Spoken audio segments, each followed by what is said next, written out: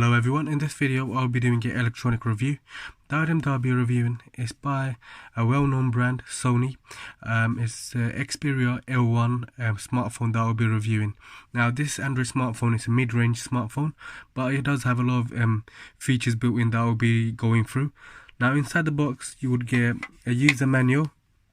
Okay, on top of that you'll get charging mains plug and a USB Type-C charging cable with it as well. Now you get the smartphone here, and as you can see, the smartphone, okay, it is a decent sized mid-range smartphone. On the left side you can take this out, okay, and here it takes a micro, it takes a nano SIM, and it also takes a micro SD memory card as well. So it takes both of them. On the right side it has the volume button and it has the power button there as well. At the top it takes a 3.5mm headphone jack, and at the bottom it does have one speaker built in. This is where the mic is, and it takes a micro USB Type-C USB port to charge this up. It has a front camera, and it also has a rear camera with a flashlight as well. It also has an NFC built in that I'll be showing you. So that's a good thing, the fact that it has NFC and stuff like that built in, so you can also connect your Google Pay, and you can also use this as a payment option as well. So it's pretty good, the fact that it has this kind of features. A lot of budget priced smartphones don't have that kind of features. Okay, so as you can see, it's a decent size. You can get in black color, blue, a white color. You can, if it's limited edition, you can also maybe get in blue color as well. Now it looks very nice. It looks very big as well for a mid-sized phone. So the memory and the storage that it has built in, it has a 2GB RAM plus 16GB ROM, okay, internal memory, up to 256GB of memory, micro SD memory card you can take inside this phone. It takes a single nano SIM, SIM.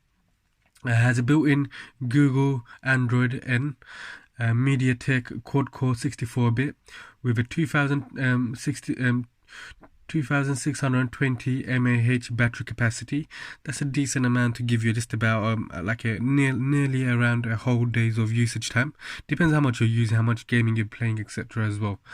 It also has a Conovo adaptive charging feature as well, with a stamina mode. It weighs around 180g. With 5.5-inch HD 720p screen, as you can see here. So that's a decent amount, decent quality resolution screen to watch YouTube videos, etc. It has a rear camera, is a 30 megapixel autofocus camera with a flash, and at the front it has a 5 megapixel 24mm wide angle lens to capture more selfie while you're taking a selfie, okay, so more area you can capture. It has a built-in Bluetooth 4.2 wireless technology with a Google Cast NFC built in at the back, as you can see here. It takes a USB Type-C, and it has a built-in sound X Loud clear audio stereo recording. So you have, obviously Sony is known for making good quality sound and speakers, etc. So the speaker is decent, okay. It's not the best quality, but they do have a decent quality speaker built into this. It doesn't come with no earphones, but you can purchase separate ones. Now, okay, so if you go to apps, you can see that this is how it's laid out. So it is very smooth to operate this smartphone. Go to settings. You have the Wi-Fi, you get the Bluetooth data usage, device connection. Go to more. It has NFC. You can choose airplane mode, Android Beam. It has tap and pay. It also has the hotspot as well built into this. Go back. It has the themes, the wallpaper. Device, it has the display, notifications, sound, apps, storage and memory, battery, lock screen and security. So you can obviously put your own kind of security you want. It doesn't have no kind of fingerprint sensor or anything like that, so bear that in mind. It has a cool location, account sync, Google backup reset, assistant, date and time, languages, import, accessibility. About phone, if you go to about phone, you got the software update here, diagnostics, status, and gives you the information about the model, the Android version, etc. if you need any of these. Otherwise, if you want to really update it, you can also download the Sony and companion through the laptop or computer and update it that way as well. Build quality wise is made out of plastic, but it just, you know, it's a high quality plastic, usually like most smartphones anyways, but it just feels very, you know, affordable, you know, it just feels like it's worth the money. Okay, from my point of view, it is very smooth.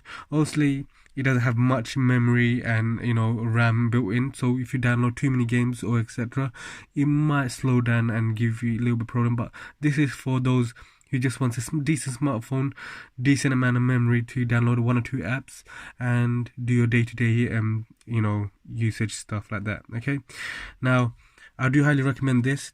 Okay, this is Sony Xperia L1, and in my opinion, for a budget price smartphone for a price of £100, this is one smartphone that I would highly recommend. Okay, other than that, thank you for watching my video. Please do give a like and subscribe.